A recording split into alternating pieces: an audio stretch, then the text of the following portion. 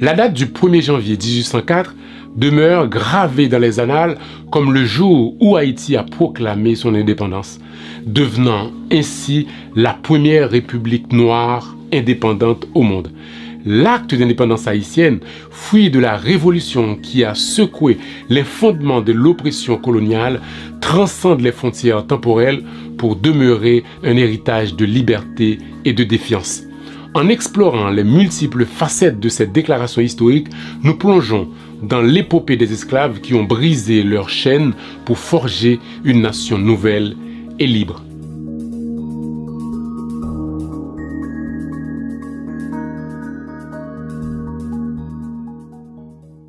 La révolution haïtienne a été une saga tumultueuse, caractérisée par la résistance farouche des esclaves contre le joug colonial. Le leadership éclairé de figures emblématiques telles que Toussaint Louverture a jeté les bases d'une quête implacable pour la liberté. Cependant, c'est le 1er janvier 1804 qui a marqué l'apogée de cette lutte avec la proclamation de l'indépendance par l'acte fondateur. C'est sous la direction de Jean-Jacques Dessalines que l'acte d'indépendance haïtienne a été officiellement déclaré au Gonaïves.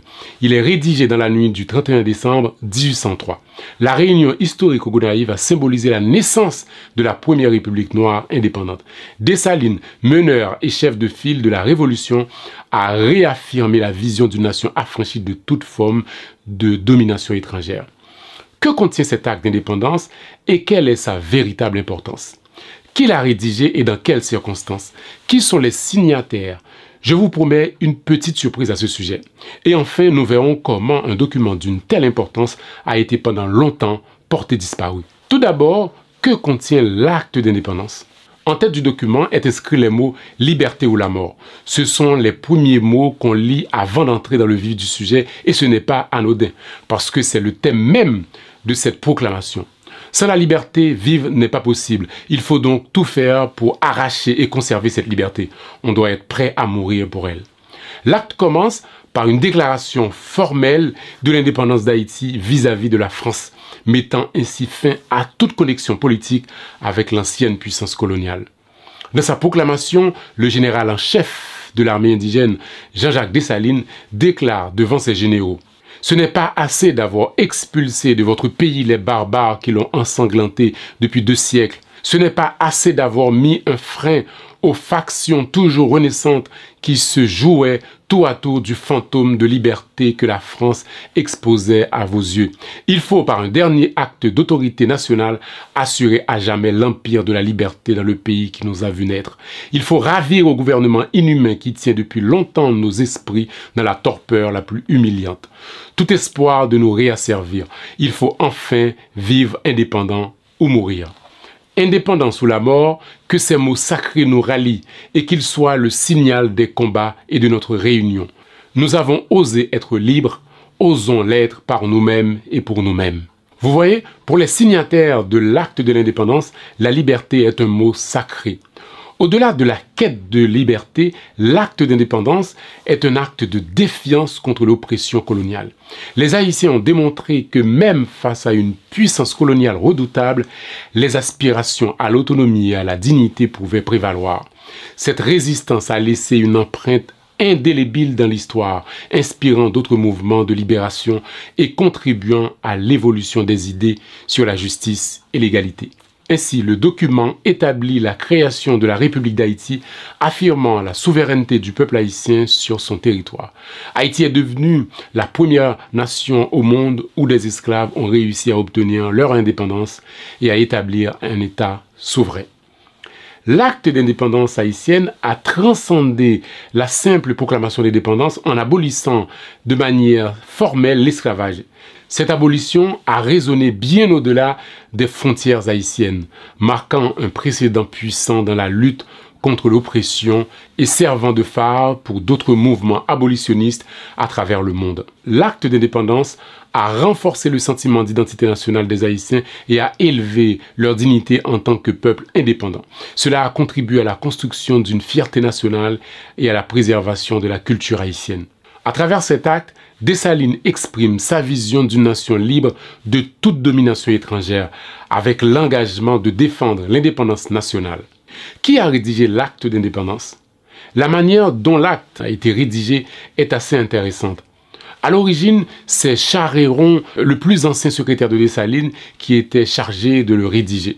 Charréron, ayant longtemps vécu aux États-Unis, s'était inspiré de la déclaration d'indépendance du Congrès américain et avait composé quelque chose d'abstrait, sans vie ni chaleur qui pourrait toucher les sentiments. Et lors de la lecture du document aux généraux réunis au Gonaïves le 31 décembre 1803, Boismont-Tonnerre a exprimé son désaccord.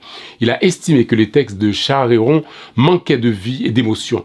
Il déclare que le texte ne reflète pas du tout les aspirations du moment et estime que l'acte doit pouvoir faire vibrer le peuple. Dans la manière d'exprimer ses idées, Boismont-Tonnerre a utilisé des mots guerriers et parfois violents.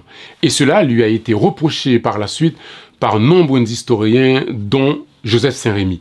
J'ai parlé longuement de cette question dans une autre émission. Si ça vous intéresse, je vous mets le lien en description. Boismont-Tonnerre a donc proposé une approche plus forte et plus symbolique. Dessalines, d'accord avec cette idée, lui a chargé donc d'exprimer les sentiments du peuple envers les colons.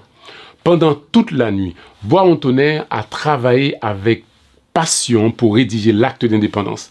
Cependant, à l'aube, épuisé, il s'est endormi profondément à sa table de travail. Réveiller Boismont-Tonnerre pour la cérémonie a été un défi, mais malgré la fatigue, il avait réussi à donner vie au document qui allait devenir l'acte fondateur de la nation haïtienne. Qui sont les signataires de l'acte? L'acte de l'indépendance n'est pas un document individuel. Il a été signé et proclamé collectivement.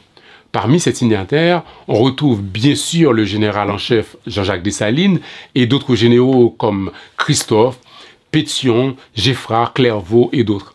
On retrouve également des officiers comme Pierre-Nicolas Mallet, alias Mallet Bonblanc.